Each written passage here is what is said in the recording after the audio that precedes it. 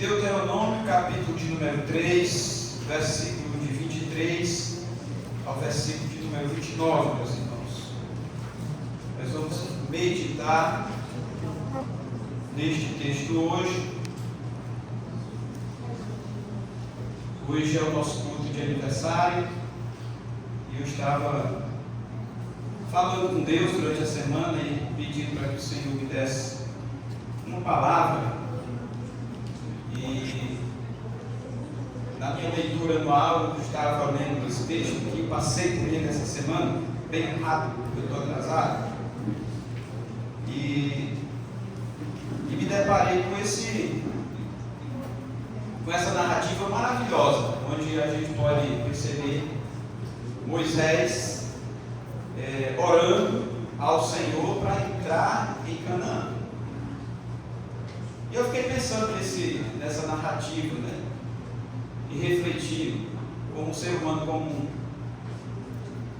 E quando eu percebi que Moisés não entra na terra prometida, eu fiquei assim, me perguntando, né?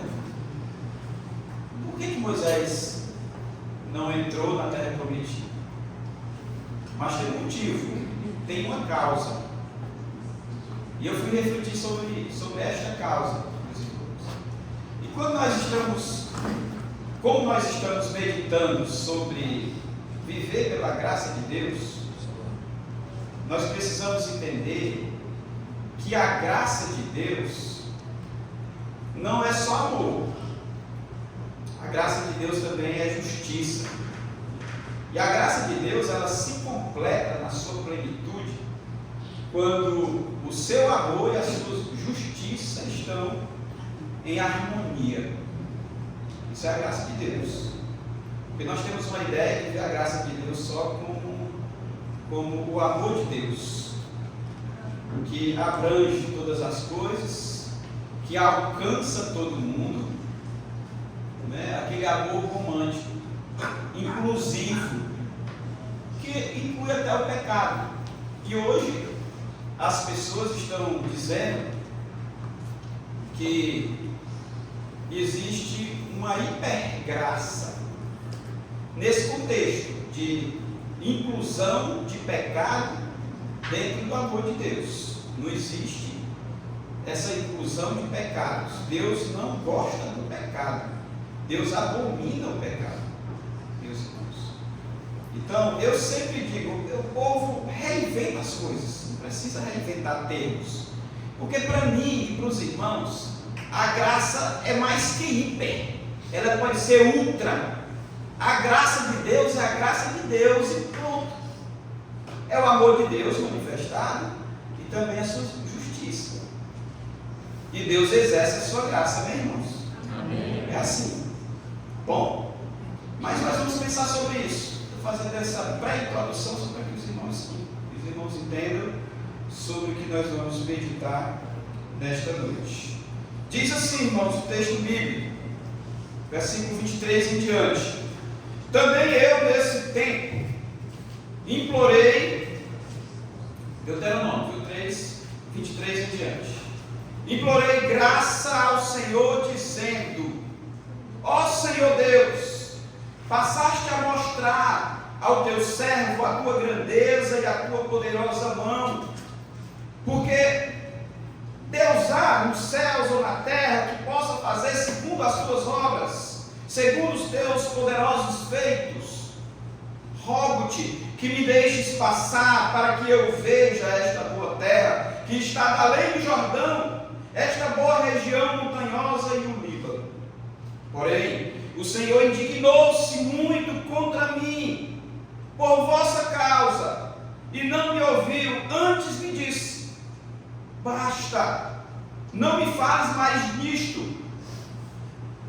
Sobe ao cimo do Pisga, levanta os olhos para o ocidente e para o norte e para o sul e para o oriente e contempla com os próprios olhos, porque não passarás do Jordão.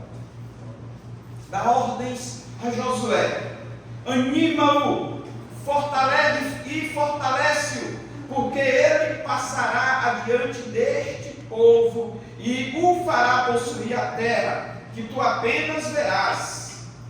Assim ficamos no vale de fronte a Bet-peor, vivendo pela graça. É o nosso tema de hoje, meus irmãos. Eu quero convidar você a curvar sua cabeça para nós orarmos ao nosso Deus e apresentarmos esta palavra aí, porque a palavra é dele e ele tem as aplicações para as nossas vidas nesta noite. Por isso, vamos suplicar ao Senhor para que ele aplique em nossos corações o seu recado nesta noite. Senhor nosso Deus, nosso Pai Celeste, nós te damos graças, Senhor Deus, porque nós estamos tendo aqui o privilégio de falar mais uma vez da tua palavra, de refletir em um texto bíblico que tem inúmeras lições para as nossas vidas. Talvez o tempo que nós temos é curto, talvez não vai dar para nós refletirmos em todo o contexto geral da história do povo de Deus e do povo de Israel, que foi conduzido por Moisés ali no deserto. Mas eu sei, Senhor, que o Senhor vai aplicar na nossa vida o recado que o Senhor preparou para o nosso coração nesta noite. E nós te pedimos que o teu Espírito nos conduza do início ao fim desta pregação, e que o Senhor me use como teu servo para transmitir a tua palavra direcionada por ti nesta noite. É a nossa oração no nome de Jesus. Amém. Meus irmãos, é fato que a maioria das vezes, na maioria das vezes, o nosso orgulho em meio às conquistas nos impede de nós vislumbrarmos as grandezas de Deus na nossa vida, o amor de Deus na nossa vida, a graça de Deus na nossa vida. Geralmente, em meio às nossas conquistas, meus amados irmãos, nós utilizamos algumas frases que nós mesmos, no nosso ego, no nosso orgulho, criamos. Uma das frases que talvez você e eu, nós já mencionamos, é a seguinte: nós vencemos na força do nosso braço. Quem já falou isso? Levanta uma de suas mãos só para ver. Pronto, só tem os 3 pecadores aqui. Bastante, graças a Deus. Nunca ninguém falou, né? Talvez você utilizou outro termo, talvez você utilizou outra frase. Eu consegui sozinho. Talvez você disse assim: foi através do meu esforço. Quando você se depara com uma pessoa que é um pouquinho mais preguiçosa do que você, e você alcança e conquista um objetivo, talvez você chegue para ela e diga assim: olha, você não chegou onde eu cheguei porque você não se esforçou muito, você não correu atrás. E a gente fica falando essas coisas, utilizando esses jargões, essas frases, aqueles que são mais piadistas, e aqui nós temos muitos deles. O que conta a piada mais sem graça na igreja aqui, todo mundo já sabe, é o irmão Bruno. Aqui e lá, a gente escuta os irmãos dizendo assim: olha, o irmão não está conquistando porque ele não quer, porque ele não corre atrás. E às vezes na brincadeira ele olha um para o outro. Eu já vi os irmãos brincando assim: se vira, peão. Não é assim? Aqueles super crentes que são mais exclusivistas, aqueles super crentes que querem ser mais santos do que os outros, quando eles chegam lá, no seu orgulho gospel, eles dizem assim: a minha vitória hoje tem sabor de mel. Nada contra o mel, meus irmãos, e nada contra o sabor, porque a terra que Deus prometeu a Josué, a Moisés, foi uma terra, né, que manava leite e mel. Só que às vezes, irmãos, nós, na nossa autossuficiência, quando nós nos deparamos com as vitórias da nossa vida, as nossas conquistas, nós olhamos de cima para baixo, como se a gente nunca tivesse passado por problema nenhum na vida. Como se as suas conquistas, meus amados irmãos, elas fossem conquistadas na moleza, sem trabalho, sem esforço nenhum. A gente começa a humilhar as pessoas, começa a reduzi-las, começamos a tratá-las mal, porque nós chegamos lá, nós vencemos, e graças a Deus por isso, e louvado seja Deus pela nossa vitória, meus irmãos.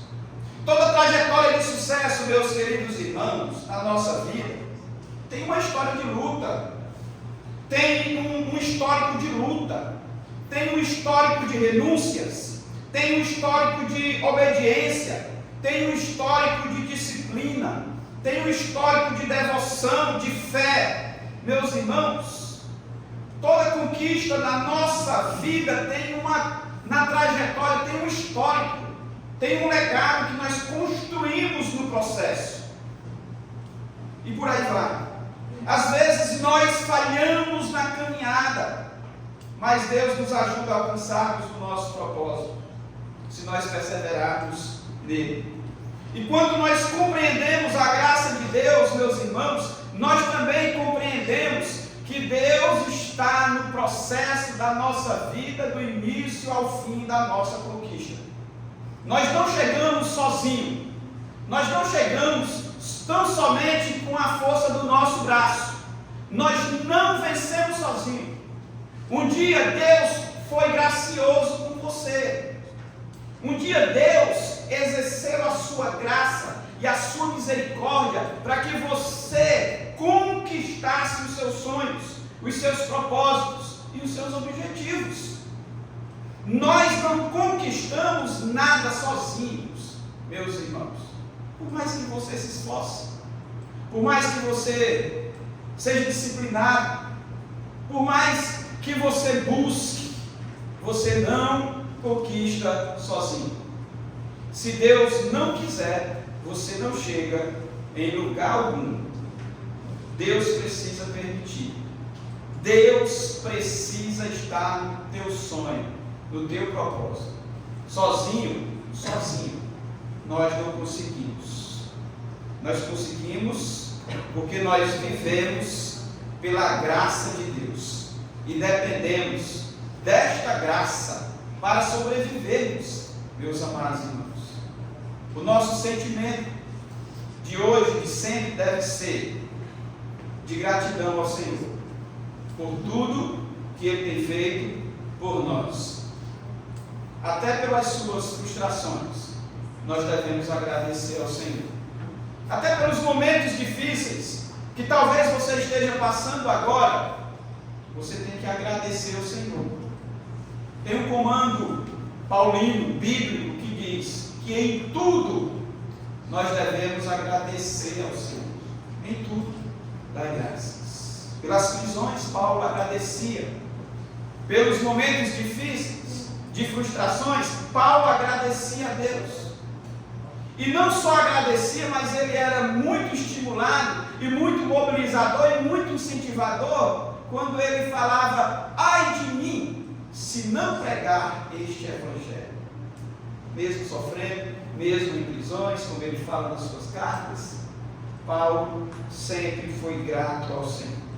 E é o mesmo Paulo, meus irmãos, que exorta ao seu filho Timóteo na fé. Lá em 2 Timóteo capítulo 2, versículo 1, que é o versículo chave do nosso tema, do nosso aniversário. Ele diz assim: tu, pois, filho meu, fortifica-te na graça que está em Cristo Jesus. Olha que exortação maravilhosa para nós, irmãos. Paulo não disse outra coisa para o seu servo Timóteo, que seria um grande ministro do Evangelho, e foi. Ele não aconselha outra coisa a não ser: fortifica-te na graça que está em quem? Em Cristo Jesus. Nós vivemos pela graça, meus irmãos. Nós dependemos da graça. E essa graça da igreja é a graça que está em Cristo Jesus.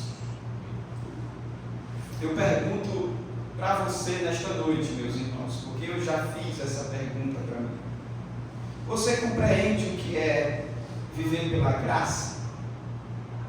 Você compreende o que é o favor de Deus na sua vida?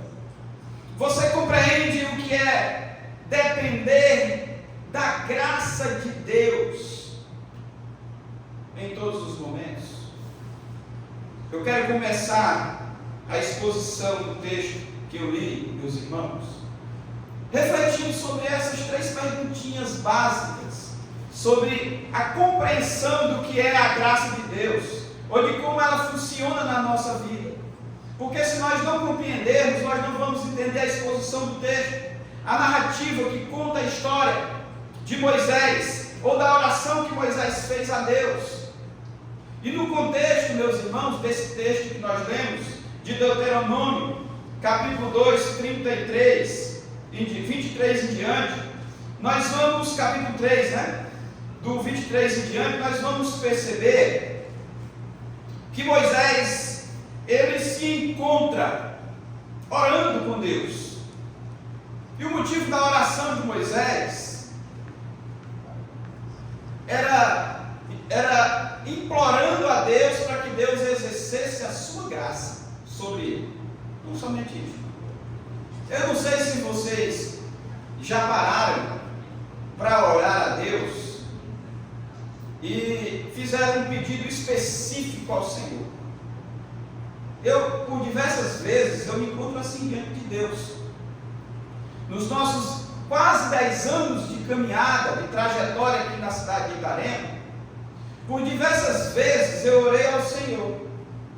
E a minha oração era tão somente uma. Quando foi para comprar o terreno, aqui nesse loteamento, eu coloquei o meu joelho no chão em casa e eu disse: Senhor, nós estamos precisando de um terreno. Mas nós não queremos comprar os terrenos que o irmão Alisson compra ali no centro, não, que é terreno de milhões, né, Dateu? O gerente sabe. Terreno de milhões. Eu fui até olhar o terreno, sem nenhum dinheiro no bolso. E eu cheguei no terreno ali no centro da cidade. O rapaz me assombrou logo. Ele disse: pastor, esse terreno aí, ele está, parece que 1,5 milhão. Está barato. E eu fiquei orando ao Senhor: Senhor, será que é para a gente comprar esse terreno aqui no centro? Aí eu ligo para o Ximenes, lá em Fortaleza, e digo: Ximenes, a convenção tem condições de comprar o terreno que eu quero? Aí ele disse: quanto é o terreno? 1,5 milhão. Aí ele vai orar, missionário. Eu fui orar. Aí a minha oração passou a ser específica. Eu comecei a orar ao Senhor: Senhor, dá-nos um terreno em um lugar que o Senhor quer e que seja o melhor para nós e que dê para a gente comprar, pagar. Eu passei vários meses, eu com minha esposa, orando especificamente por esse terreno, implorando ao Senhor.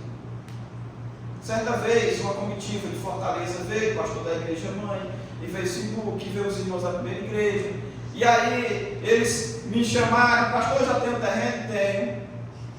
Vamos ver? Vamos. Chegamos aqui nesse loteamento. Ele disse: é isso aqui. Eles olharam para o lado, só tinha mato de um lado, mato do outro. A dona Francisca não morava aqui, nem a dona Conceição ainda. Só mato. A dona Conceição voltou, gente. Amém? Amém. Não tinha nada, meus irmãos. Não tinha nada. O Ximenes olhou para mim, o pastor Jessé pernambucano, o pastor da igreja mãe, muito zangadão. Os irmãos conhecem a cultura dos pernambucanos. Tem pernambucano aqui, mas são gente boa, os pernambucanos. Graças a Deus que hoje não tem ninguém, né? Paulista eu sei que tem de um aqui, mas pernambucano, hoje eu me livrei dessa. E aí ele perguntou: oxe, tu tá esse doido? Aquele jeitão dele, né? Esse terreno aqui, eu digo: pastor, é aqui, eu não sei porquê, mas é aqui, nessa esquina aqui, só tinha mato. Nós compramos esse terreno. Mas o que é que eu quero dizer para os irmãos? Eu fecho parênteses. A oração foi específica e Deus respondeu também de forma específica. Deus me confortava que a igreja batista tinha que ser nesse local, e Deus começou a trazer os moradores. Deus começou a povoar esse loteamento. E nós olhamos para esse loteamento hoje, meus irmãos, falta espaço para construir, porque quase todos os terrenos estão comprados aqui nas proximidades, né, Colombo? Colombo também está aqui pertinho de nós, comprou um terrenão aí, fez uma casa bem pequenininha. As coisas de Colombo vocês não sabem como é. E louvado seja Deus, meus irmãos, porque Deus responde a oração específica. E Moisés estava nesse contexto, implorando ao Senhor por uma coisa só: Senhor, Senhor, me deixa entrar na terra de Canaã. Era a oração de Moisés. No contexto, meus irmãos, Moisés percebe que Deus promete ao seu povo, que o que ele promete ao seu povo estava para se cumprir, o que ele prometera ao seu povo estava para se cumprir. O povo vinha em uma série de vitórias em direção à terra prometida. Esse era o contexto. Quando nós voltamos, você pode voltar aí, Caio, por favor, capítulo 2 de Deuteronômio, verso 33 e o versículo 34, meus irmãos, nós vamos ver como é que estava o povo. Dizendo, o texto diz assim, irmãos: e o Senhor nosso Deus nos entregou, e derrotamos a ele e a seus filhos e a todo o seu povo. Naquele tempo tomamos todas as cidades, e a cada uma destruímos com os seus homens, mulheres, crianças, não deixando sobreviventes algum. Os primeiros capítulos de Deuteronômio narram o sucesso do povo de Deus na caminhada, na reta final, quando eles estavam prestes a conquistar Canaã. Então Moisés, ele percebeu que Deus estava agora operando no povo rumo à vitória. Moisés percebe que Deus está conduzindo ao povo para entrar em Canaã, as portas estão se abrindo, e Moisés começa a entender tudo que o Senhor prometeu, ele está cumprindo, está na reta final, e Moisés ficou vislumbrando, meus irmãos, a terra de Canaã, a tão sonhada terra de Canaã. Moisés sabia, agora sim, vai engrenar. O povo vai entrar, Deus está conosco, e eu vou clamar por misericórdia, para que Deus me permita entrar na terra de Canaã. Só que, irmãos, Moisés sabia que Deus já havia decretado que ele não iria entrar na terra de Canaã. E Deus, ele é amor, mas também ele é justiça. Nos seus atributos, ele é verdadeiro e fiel. A Bíblia diz que Deus não é homem para que minta. E Deus não pode ferir os seus atributos.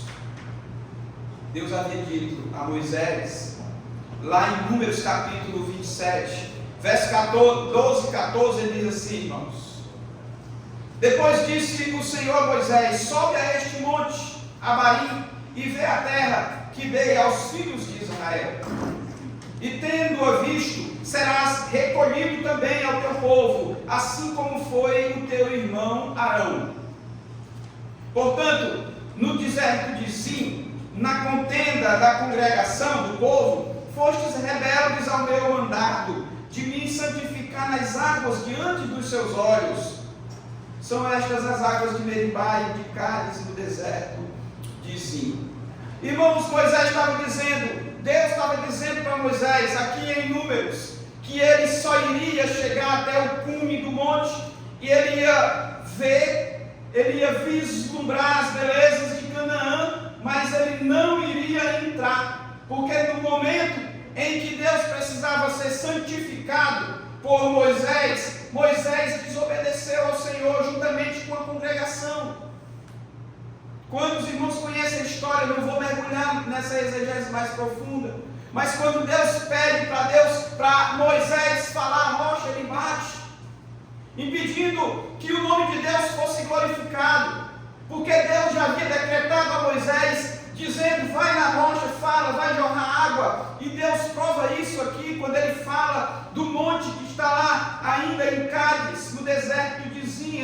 lá e Cádiz Barneia, ali no deserto de Zim. Deus já havia dito a Moisés: confia em mim e apenas acredite no meu comando. Ele fala aqui, no meu mandado de me santificar nas águas diante dos seus olhos. Então Moisés, assim como Arão também transgrediu contra Deus, fazendo bezerro de ouro juntamente com o povo, ele peca, ele desagrada, ele desobedece ao Senhor. E Deus decreta: porque você, juntamente com a congregação, me desobedeceu, vocês não entrarão na terra prometida. O povo que caminhou no deserto com Moisés, meus irmãos, exceto Josué e Caleb, tiveram todas as oportunidades de reconhecerem e usufruírem do amor gracioso de Deus, mas eles preferiram reclamar, eles preferiram murmurar contra Deus, eles preferiram desobedecê-lo ou desobedecer a Deus. Por esse motivo ficaram de fora da terra prometida. Meus irmãos, às vezes quando nós olhamos para esse texto, meus queridos, nós achamos que Deus não foi misericordioso com Moisés. Às vezes eu quero abrir um parêntese aqui, irmãos. Você que é pai e você que é mãe, um filho seu transgride um mandado seu. Você chega para o seu filho e corrige o filho. Às vezes sempre tem um que é mais bonzinho na família, quando não é o pai, é a mãe. Aí o pai chega para o filho, aí ele diz assim: olha, você errou. A partir de hoje, você não toca no seu aparelho de celular. Você vai ficar aí uns 10 dias sem celular. Eu já fiz muito isso com as minhas filhas, todas duas. Aí a mãe chega por trás e diz assim: você não acha que você foi duro demais, não? Com a disciplina que você deu à menina? Aí o pai vai repensar, né? Às vezes o pai vai trabalhar, aí a mãe diz assim para o menino: meu filho, quando o papai chegar, meu filho esconde, pode pegar. Sabe por quê, irmãos? Porque nós achamos que a pena que foi aplicada, ela foi muito severa do nosso filho.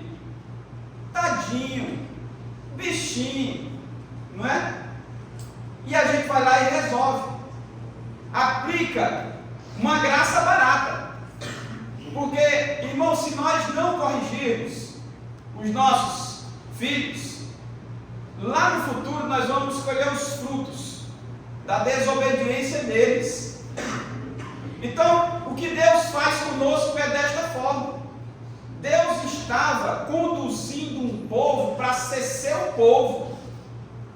E o povo de Deus, ele tem que andar acima da média. Eu sempre falo isso aqui para os irmãos. Eu digo, meus irmãos, o que a sociedade espera de nós é que vivamos acima da média. Não fique chateado porque eles estão exigindo isso de você, não. A sociedade, ela deve sim exigir de nós o melhor. Porque nós pertencemos a um Deus que é o melhor para as nossas vidas. Que é o máximo das nossas vidas. Nós servimos a este Deus, que é poderoso, que é bom, que é puro, que é limpo, que é santo. Então nós devemos também reproduzir isso para a sociedade que nós estamos inseridos. Então Deus, ele, para poder formar esse povo, ou formatar as ideias desse povo, como sendo um povo santo, ele precisava agir desta maneira. Ele precisava cobrar desse povo obediência. E Deus criou as suas leis para que o povo vivesse em obediência e não transgredisse as suas leis. E é assim que Deus conduziu o povo, sempre pedindo: esforça-te, não te aparte da boca o livro dessa lei, como ele disse a Moisés, Josué 1:8. Antes medita nela dia e noite, faz conforme tudo quanto está escrito. Deus quer que você faça tão somente o que ele pede para você fazer. É assim que ele estava educando o povo no deserto. E ele disse a Moisés, ele disse ao povo que eles fossem fiéis a ele, que não murmurassem, que confiassem na provisão. E Deus estava provendo, e Deus estava dando todo o suporte para aquele povo. Meus irmãos, os irmãos conhecem muito bem a história. E a história diz que a roupa daquele povo não se estragava, que as suas alparcas também, mesmo com aquele deserto, não se estragavam, naquele deserto não se estragavam.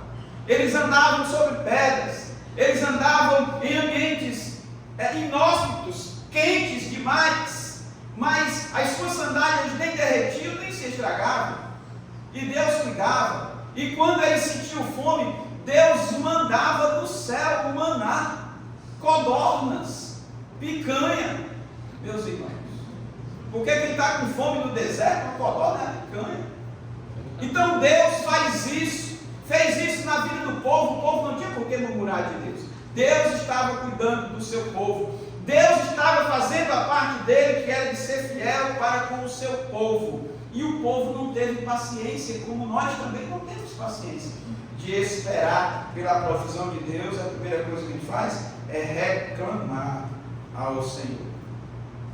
Mas quando nós nos deparamos com esse texto, irmãos, olhamos para ele com um olhar clínico, com um olhar mais criterioso, e nós atualizamos ele no nosso cenário humano, nós achamos que Deus não agiu de misericórdia com Josué ou com Moisés, meus irmãos, porque Deus não deixou Moisés entrar.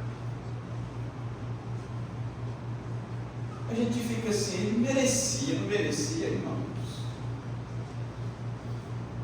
Sinceramente, irmãos, particularmente, eu acho que Moisés merecia entrar na Canaã.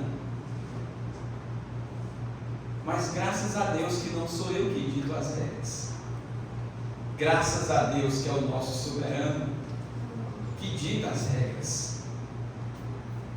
Porque Ele é infinito, imutável, soberano sobre todas as coisas. Ele sabe de tudo. Tirar o versículo daqui. Ele sabe de tudo. Ele sabe como vai terminar a história. Eu sou infinito e carnal, como nós cantamos aqui.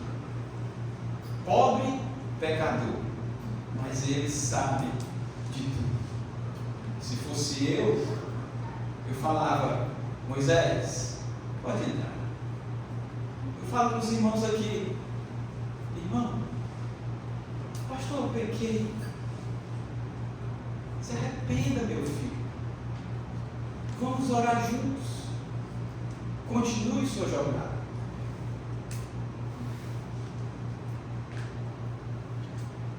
E nós ficamos meditando sobre isso. Será mesmo que Deus foi injusto com Moisés? Não exerceu seu amor gracioso para com ele?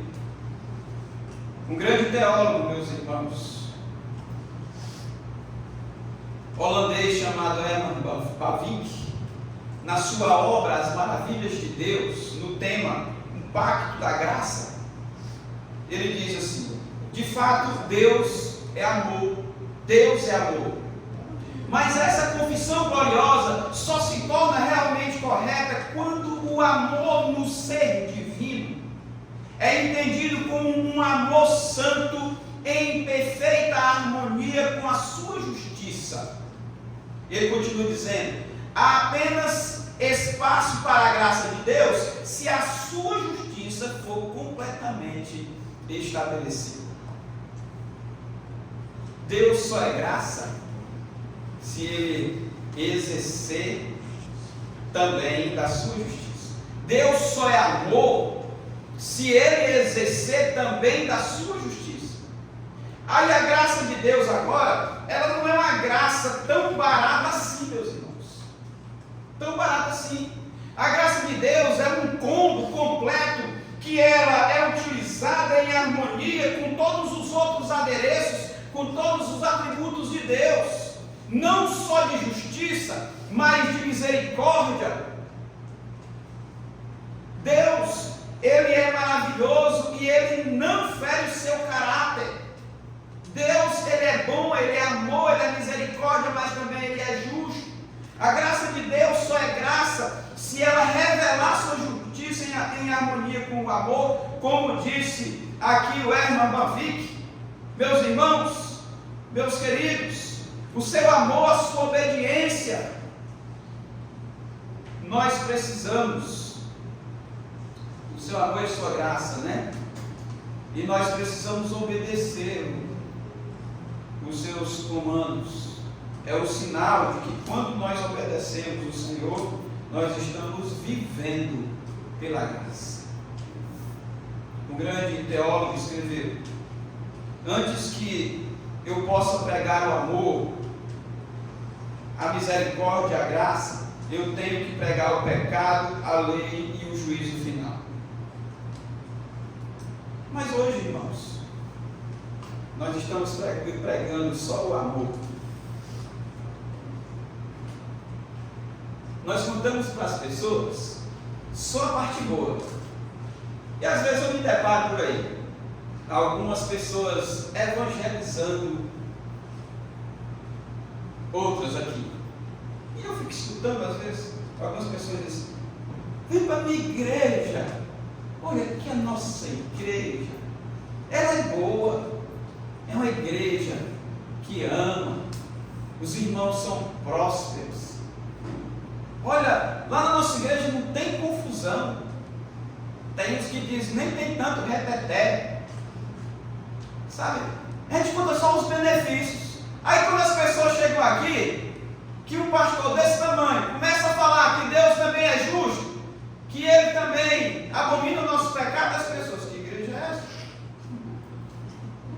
Que igreja é essa? E eu sempre digo para os irmãos, falem mais de Jesus, do seu amor e da sua justiça, do que de você mesmo e dos benefícios que você é capaz de trazer para alguém. Porque nós somos pecadores, nós somos falhos demais, em algum momento da nossa vida nós vamos decepcionar, porque nós somos tendenciosos a isso. E as pessoas vão olhar para nós: que graça é essa? Que amor é esse? Que igreja é essa? Que é tudo muito bom, mas quando a gente chega lá parece que não é muito bom assim. Quando começa a entender que a doutrina daquela igreja ela é bíblica, e a doutrina bíblica também é cobrança, é exortação, elas querem desistir da caminhada. Aí os movimentos têm surgido em meio a tudo isso. Porque o que é que as pessoas estão procurando? Um lugar que conforte o seu ego. Então somente. É muito bom, meu irmão, você está na casa de alguém que você pode colocar os seus pés em cima do criado mudo ali, ou do sofá. Quando eu chego na casa da mamãe, eu muito íntimo da mamãe, eu me sento no sofá e boto meu braço aqui na cabeça e minhas pernas em cima do sofá. Mamãe não briga comigo não. É assim que funciona. Aí o que as pessoas querem hoje? Um ambiente para adorar a Deus, para servir a Deus dessa maneira, onde as pessoas aceitem os seus pecados, às vezes aceitem o seu comodismo. Eu conversando com uma pessoa outro dia, eu disse assim: pastor, eu estou numa igreja agora, que é uma igreja massa. Aí eu: que igreja massa é essa? Aí a pessoa disse assim: ah, pastor, eu só vou uma vez por mês. Deve ser massa mesmo.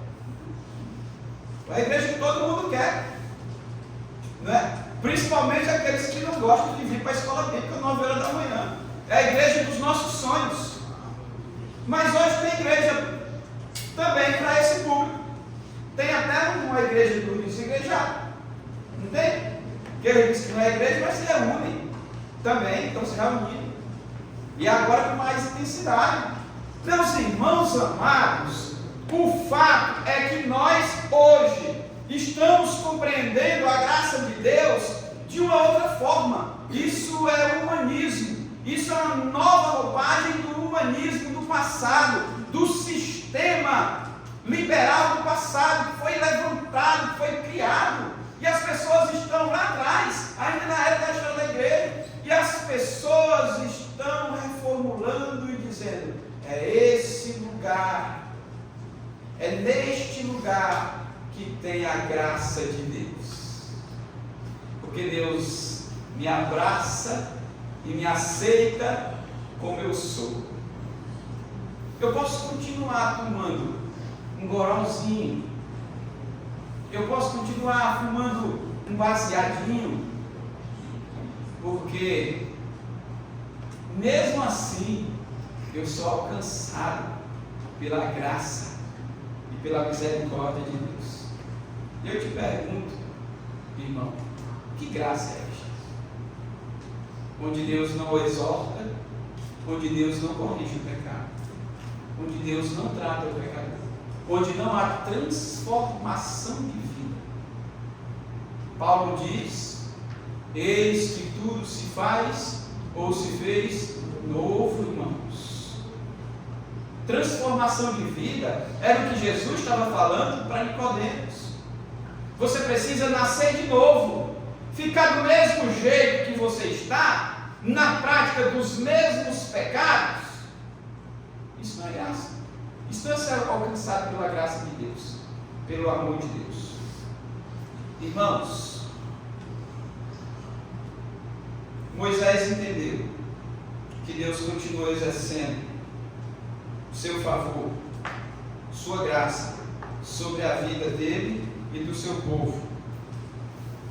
Lá no versículo 28, na oração ainda, Deus diz assim para Moisés: dá ordens a Josué e anima-o e fortalece-o, porque ele passará diante deste povo e fará possuir a terra que tu apenas verás. Deus continua a exercer favor, perdão e misericórdia sobre o seu povo. Agora não mais com Moisés, mas através de Josué. E a missão de Moisés, Deus diz para Moisés, e Moisés reconhece tanto a soberania e o poder de Deus, que ele estimula e prepara outro homem de Deus para dar continuidade à obra de Deus. Moisés não ficou chateado com Deus, como muitos de nós ficamos quando a gente fala um pouquinho mais alto, como eu estou falando hoje. Não tenho costume de falar tão alto assim, mas às vezes o tom de voz faz com que você não volte mais para a igreja. Moisés, ele entendeu na sua oração, porque ele diz: Deus disse para mim, basta, para de orar pedindo isto, Moisés. Aí Moisés entendeu, não tem mais jeito. Mas a gente sempre conta com misericórdia, né, irmãos? Porque nós aprendemos humanamente que enquanto a vida há esperança. Jesus nos ensinou: bater e abrir-se-vos-á, pedir e dar-se-vos-á. Enquanto tem chance, nós vamos pedir, mas vai chegar um dia que Deus vai dizer: não, isso aqui não é seu, isso aqui é do irmão Raimundo. Só um exemplo, está recebendo, né? Amém. Vai chegar um dia que Deus pode dizer assim para mim: pastor, está na hora de tu aposentar, como disse lá o sacerdote de Malaquias, né? 65 anos, está na hora de aposentar. Ah, Senhor, mas eu quero entrar na terra prometida. A nossa igreja agora tem 1000 membros e vai chegar em 5.000, eu quero entrar. E Deus vai dizer assim: pastor, quem vai entrar é o Raimundo, é o Josué. Anima-o, fortalece-o, para que ele dê continuidade. E nós cantamos aqui: a igreja está de pé porque Deus está no controle, conduzindo o seu povo. Talvez Moisés também não tinha mais capacidade física, emocional, para entrar em Canaã, ou para lutar as grandes batalhas, enfrentar as grandes batalhas que viriam pela frente. Moisés era um homem novo, temente a Deus, obediente, forte, vitorioso nas guerras. Meus irmãos, então Deus pega e diz: Josué, Moisés, tu fica aqui, agora Josué vai, anima Josué. Deus continua exercendo misericórdia, graça, favor sobre o seu povo, meus irmãos. E o plano de Deus é salvar a humanidade. Depois disso vem Jesus, e de uma vez por todas aniquila lá na cruz o nosso pecado, derramando sua graça sobre nós e edificando a sua igreja. Irmãos, antes de nós aplicarmos para as nossas vidas as lições retiradas do texto, eu queria que explicar para os irmãos o que significa a palavra graça.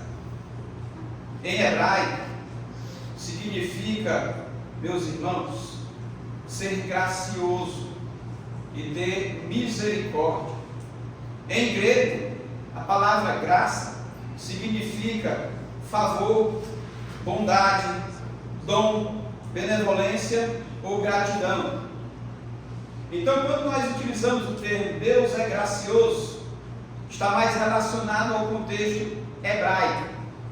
O Deus que é gracioso, o Deus que exerce um favor por uma causa imerecida. Quando a gente vai para o grego já é parecido com a língua portuguesa. É mais abrangente. Favor, bondade, dom, benevolência, gratidão. Tem outras coisas aqui que, dependendo do contexto, a graça se aplica de uma forma diferente. Mas o fato que ambas as palavras falam desse estado de benevolência de Deus, de bondade e misericórdia de Deus para um povo que não merece. É um favor imerecido. Irmãos, graça é Deus dando livre e generosamente a nós aquilo que por direito nós não merecemos. O Herman Bavinck, ele diz que nós temos um problema com Deus e Deus tem um problema conosco.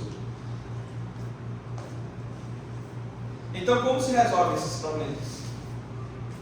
Qual é o problema que nós temos com Deus? É que no pecado nós não conseguimos nos salvar. Ninguém, nem o ser humano na face da terra, por mais bom que seja, ele não consegue se salvar sozinho. Qual é o problema que Deus tem com a humanidade, tinha com a humanidade lá no passado, quando a humanidade caiu? Resolver o problema do pecado. Deus olha lá do céu e vê aqui na terra, aqui no ambiente em que nós estamos, um problema sem solução, irmãos. Então Deus tinha um problema conosco lá no céu, porque quem pode libertar esse povo do pecado, se nenhum humano terreno é capaz de pagar essa dívida, por mais bom que ele seja, por mais misericordioso que ele seja? Então era um problema muito sério, e nós temos esse problema com Deus sem Jesus Cristo de Nazaré.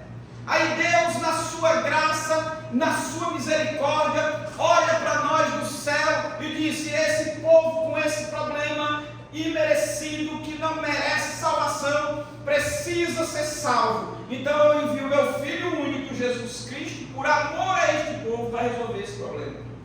Amém. Isso é a graça de Deus, que não é só o amor de Deus, irmãos, também é a justiça de Deus. Porque Jesus se fez justiça na cruz do Calvário por nós, aniquilando o pecado naquela cruz, o justo pelos injustos. Na nossa visão humana, meus irmãos, isso é justo? Uma pessoa íntegra, sem pecado nenhum, morrer por um sujo, morrer por um pecador falho que cometeu transgressão contra Deus? Não é justo. Por isso que a graça é amor e justiça de Deus, é justiça de Jesus na cruz do Calvário por nós. Isso é a graça de Deus, e eu tenho que viver nesta terra entendendo isso, meus irmãos, que eu vivo tão somente pela graça de Cristo. Filho meu, é o que Timóteo está dizendo, viva pela graça de Cristo, ou busque viver assim. Isso é viver pela graça.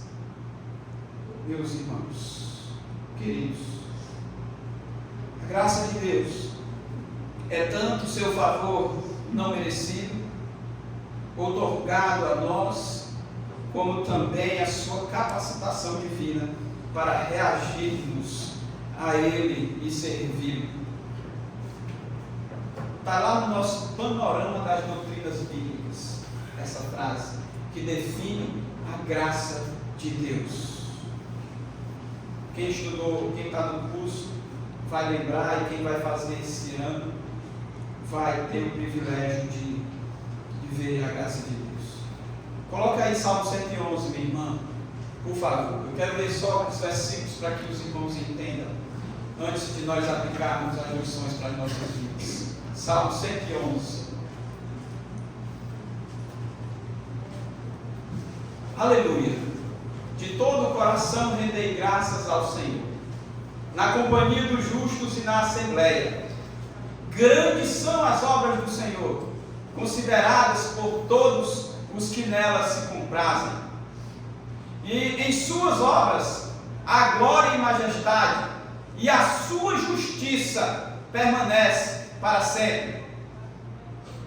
Ele fez memoráveis as suas maravilhas. Benigno e misericordioso é o Senhor. Dá sustento aos que o temem. Lembrar-se-á sempre da sua aliança. O que mais que o Senhor faz? Manifesta ao seu povo o poder das suas obras, dando-lhe herança a herança das nações. As obras de suas mãos são verdade e justiça, fiéis todos os seus preceitos, meus irmãos. Só até aqui. O Salmo 111 fala desta graça e desta misericórdia de Deus sobre esse favor, né, não merecido que Deus aplica sobre nós, exercendo sua graça. Como nós aplicamos essa narrativa para as nossas vidas? Primeira coisa, meus irmãos, nunca se esqueçam de que a igreja depende e vive tão somente pela graça de Deus. Nós já falamos isso aqui várias vezes, mas nós estamos pregando sobre esse tema: viver pela graça do Senhor. Deus executará o seu propósito de salvar a humanidade, independentemente de você ou não reconhecer a sua graça. Mas por que, pastor? Porque Ele é transcendente. Ele é o Deus maior, que está acima de ou maior do que toda a criação. Ele vai executar o seu plano, Ele vai exercer a sua graça, porque não depende de mim e não depende de você. Ele vai executar e finalizar a sua obra. E Deus tem projetos, está na Bíblia. Quando você lê os textos escatológicos, nós sempre falamos: irmãos, vai terminar bem, nós triunfaremos com Jesus no final, nós seremos glorificados. E todos dizem amém, porque é o que nós almejamos, irmãos. Nós almejamos. Deus já revelou como vai terminar esta história. E Deus disse quem vai chegar no final desta história. E nós sabemos que são aqueles, somente aqueles, que forem fiéis a Jesus. Ele é transcendente, Ele é maior, Ele está acima de, Ele é maior do que toda a criação. Jó capítulo 11, 7 ao 9 diz assim: porque dizendo um, eu sou de Paulo, e outro, não, esse aqui é o texto de Coríntios, tá, gente? 1 Coríntios 3, acho que é 3, 4 ao 6, eu não botei aqui, mas o texto está aqui. Olha que coisa linda, Paulo falando aos irmãos de Timóteo. Porque, dizendo um, eu sou de Paulo, e outro, eu sou de Apolo, porventura, Paulo dizendo, né? Não são todos carnais, ou homens?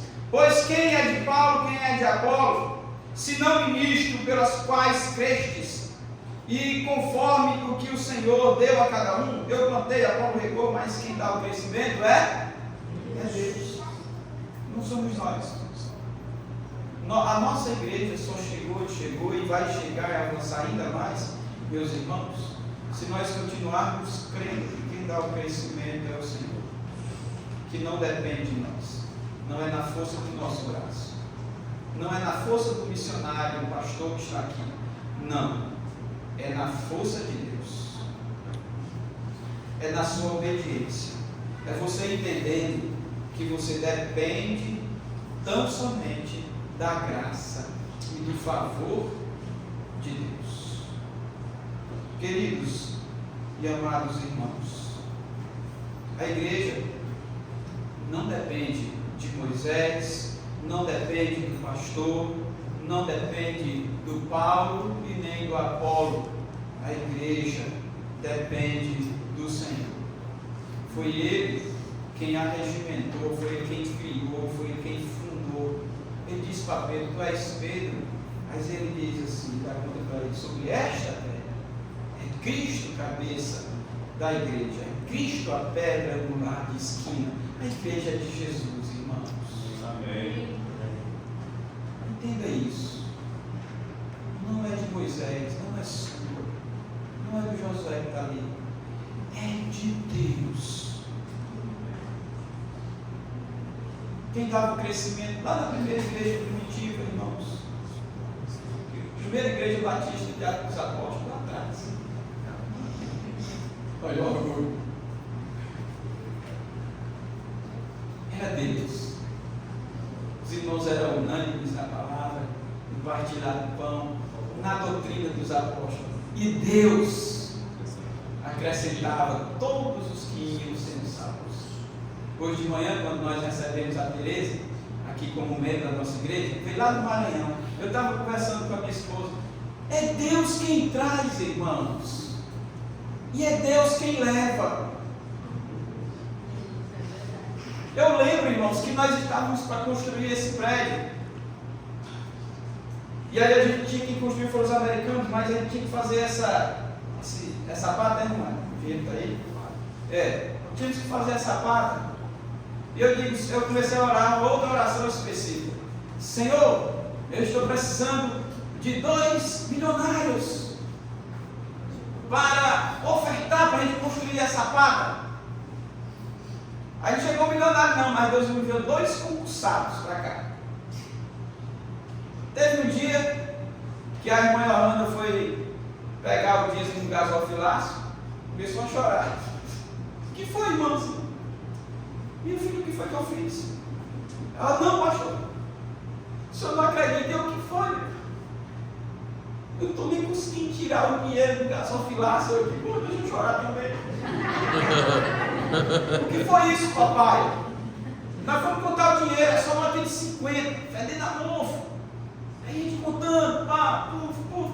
Era o dinheiro que a gente precisava para fazer essa parte, irmãos. Aí, essa pessoa congregou com a gente uns 3 meses. Ela participou da obra com a gente aqui. Os 2 concursados, um do fora aqui de Itarema e um perito, lá em Fortaleza. Ele veio dizimar aqui. Só passaram 3 meses, foi embora. Aí a gente ficou chorando para que eles voltassem, mas eles estão servindo em outro lugar. Porque é Deus que manda. É Deus que faz. Somos nós. A obra é dele. Nós dependemos dele. Eu disse: amém, Senhor, vem outros. E Deus foi mandando outros, e outros, e outros, e nós estamos aqui, vivendo pela graça de Deus, porque a obra não é nossa, é de Deus. E ela vai continuar. O inferno não pode prevalecer, como nós cantamos aqui. Não pode prevalecer, meus irmãos. Segunda coisa, mesmo que eu não colha os frutos, eu não posso abandonar a minha igreja. Moisés mudou de igreja, irmãos, lá no deserto. Moisés fundou uma igreja para ele, irmãos, lá no deserto, porque Moisés tinha todos os motivos para ficar chateado, sim ou não? Sabe o que foi que Moisés disse? Ele animou a Josué.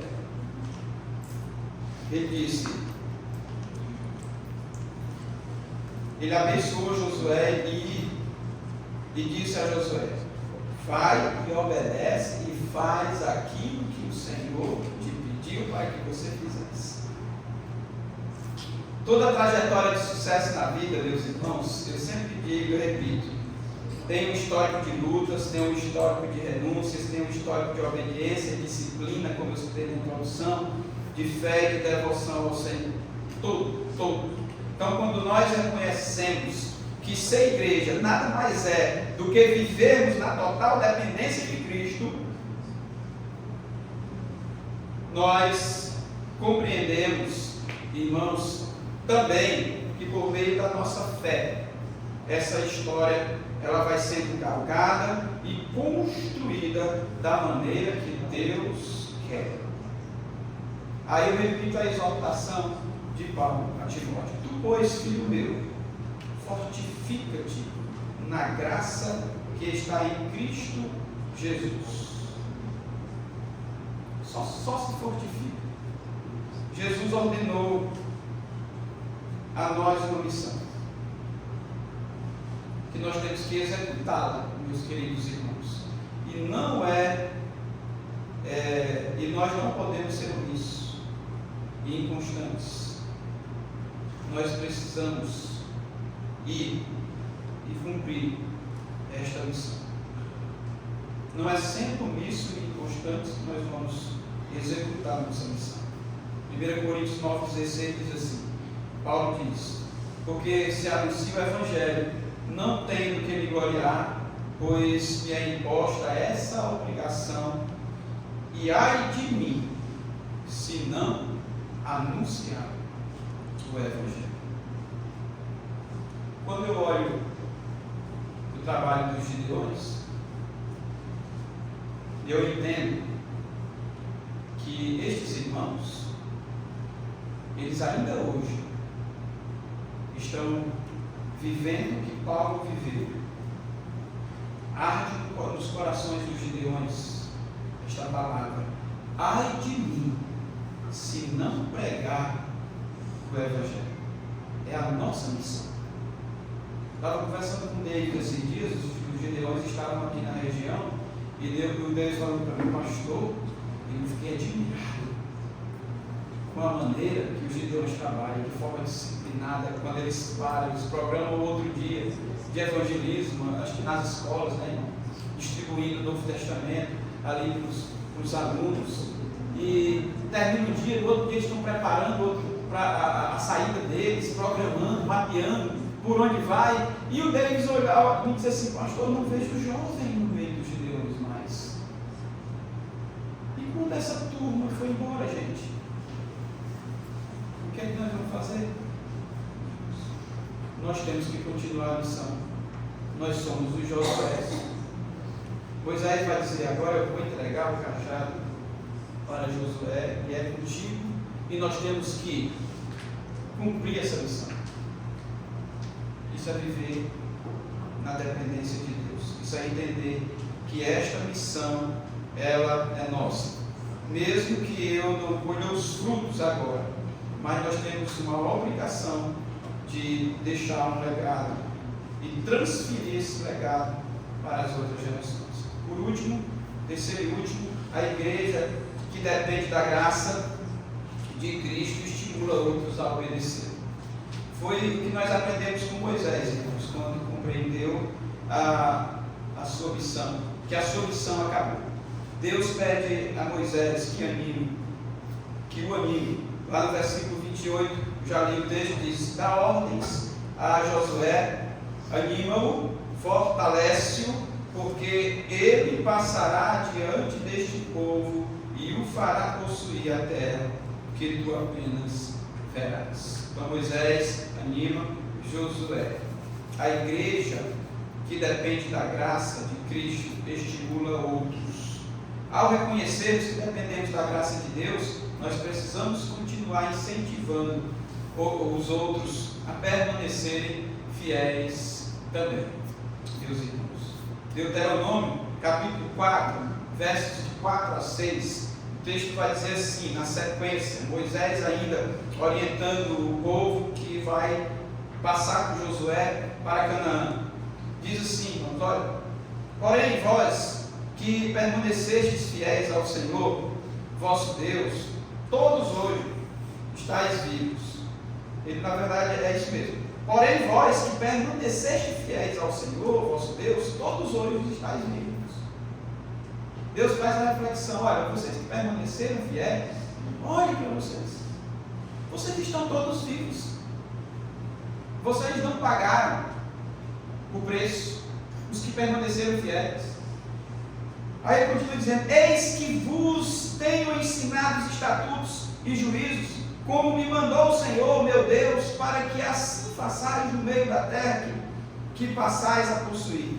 Guardai-os, pois, e cumpri-os, porque isto será a vossa sabedoria e o vosso entendimento perante os olhos do povo, que ouvindo todos esses estatutos dirão, certamente, este grande povo é gente sábia e inteligente. Nós temos a missão de passar a palavra, de transmitir esta graça, este favor gracioso. Os irmãos lembram que eu falei no início que nós temos que viver acima da média, mas nós só vamos viver se nós cumprirmos o que Josué está, que Moisés está dizendo a Josué e seu povo aqui.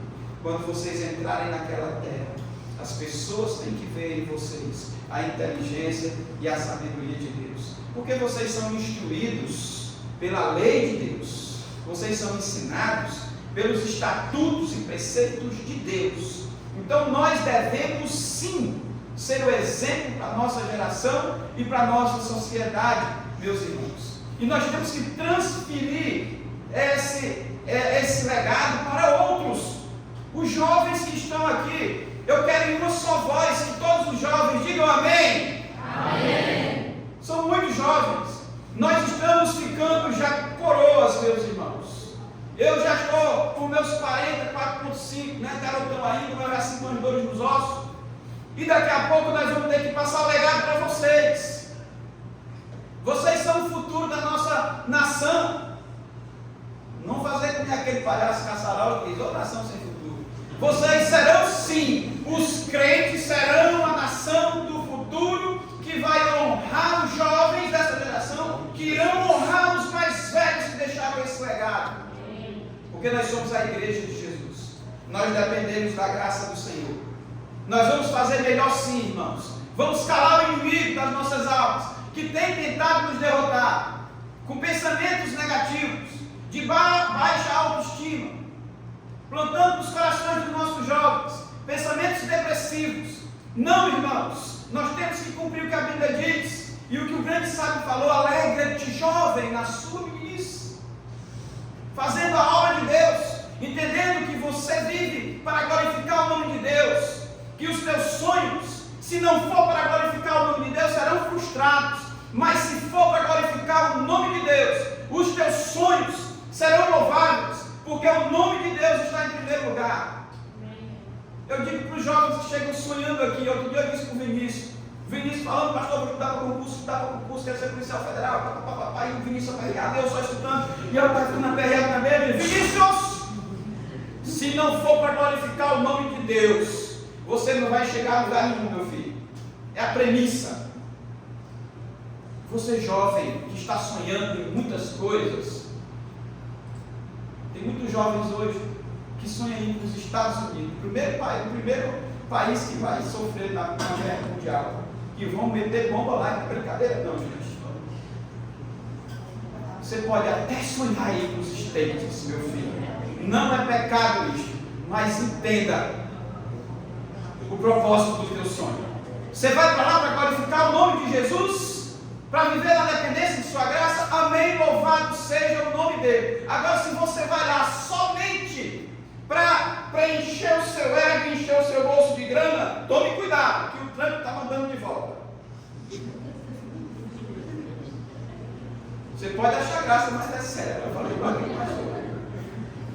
Irmãos, se não for para glorificar o nome de Deus, não adianta o curso, não adianta a faculdade, não adianta a empresa, não adianta a tua correria. Eu vejo os irmãos orando aqui na interação, Senhor, manda cliente para mim, eu comecei o negócio. E quando o Senhor manda, a pessoa não tem equilíbrio emocional para lidar com as coisas. Não peça mais, em nome de Jesus. Eu disse para minha esposa hoje.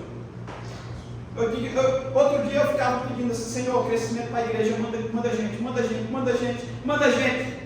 Mas lá atrás eu orava, Senhor, me capacita, me dá força, me dá poder, para que eu cuide desse povo. Porque, irmãos, não é só pedir pela bênção, você tem que estar preparado para usufruir dela. E para entender que você precisa renunciar a alguma coisa para glorificar o nome de Jesus. Se não for assim, não vale. Não é graça de Deus. E Deus, quando a gente pede com fé, Ele manda. E você precisa estar preparado até para receber a bênção. Porque tem gente que quando recebe, a bênção se torna maldição. Que bênção é essa? Que graça é essa? Meus irmãos, Deus dá, Deus faz, Deus honra, mas nós não glorificamos o nome dele. Sabe uma coisa, irmãos? Eu estou pedindo outras coisas para Deus hoje. Eu estou pedindo para Deus me santificar todo dia, para que eu o honre com dignidade e com sinceridade. Isso é reconhecer que você vive pela graça de Deus. Sabe quando é que os teus sonhos vão ser frustrados? Quando você correr atrás de todos eles, mas não glorificar o nome do Senhor. Você pode fazer todas as faculdades do mundo.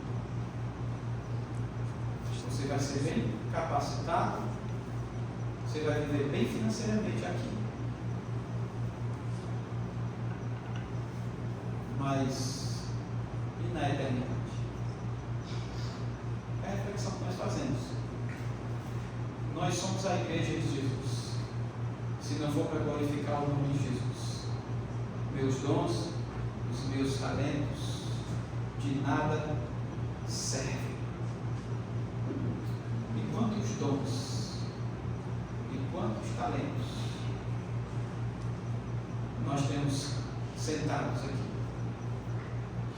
nos bancos desta igreja, meus irmãos? Como você tem aplicado? Como você tem investido no reino de Deus? Essa igreja precisa continuar vivendo pela graça de Deus, entendendo que o nosso Senhor, Ele é amor, sim, e que a sua graça é o reflexo desse amor. Mas esse Deus, Ele também é justiça e verdade,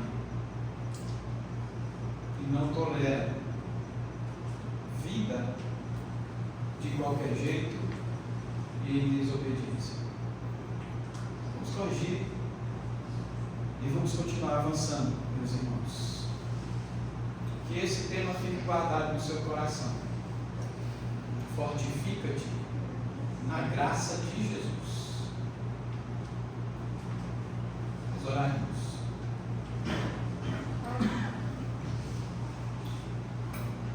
Pode ficar sentado mesmo. Enquanto eu vou estar orando, se você sentir no seu coração que é o momento de você se reconciliar com Deus, que é o momento de você fazer as pazes com o Senhor, você vai sair do seu lugar e vir aqui à frente, que depois eu oro por você. Se você quer estar aqui no nosso meio e ainda não teve um encontro com Jesus, e quer hoje se encontrar com Ele, dizendo publicamente que você quer servir como Salvador, você pode sair do seu lugar também enquanto eu estou orando. E eu vou orar por você. Santo Deus, meu Pai, muito obrigado pela tua palavra, Senhor. Meu Deus, são tantos ensinamentos que às vezes nós ficamos sem saber como aplicar todos eles. Uma narrativa muito rica, meu Senhor, de muitos ensinamentos. E nós estamos diante do Teu poder soberano, da Tua graça exercida sobre nós, da Tua justiça na cruz por nós. Jesus nos amou primeiro, diz a Tua palavra, porque Deus amou o mundo de tal maneira que deu o Seu Filho para aniquilar naquela cruz a nossa dívida. Ele se fez justiça por nós. E hoje nós temos o privilégio de podermos confessar os nossos pecados aí e de sermos aceitos de volta do lugar de onde nós nunca deveríamos ter saído. E nós te agradecemos por esse amor incondicional e esta graça. Obrigado, Senhor, por esta palavra, pelo Senhor ter falado aos nossos corações nesta noite. Continua abençoando esta igreja, Senhor, os irmãos desta igreja, meu Senhor. Prepara cada um deles, capacita cada um deles, para que eles sejam crentes honestos, fortes, que estejam sempre preparados para lutar a sua vida, meu Deus, com o Senhor, todos os dias. É a nossa oração, no nome de Jesus. Amém. Irmãos, o vídeo deu certo? Antes de passar o vídeo, eu quero convidar aqui primeiro a Sara e o Josué, e depois eu quero convidar a Tereza. Pode vir, Tereza, você vem para cá, e a Sara e o Josué vêm para cá, certo? Pode vir, não tenham vergonha.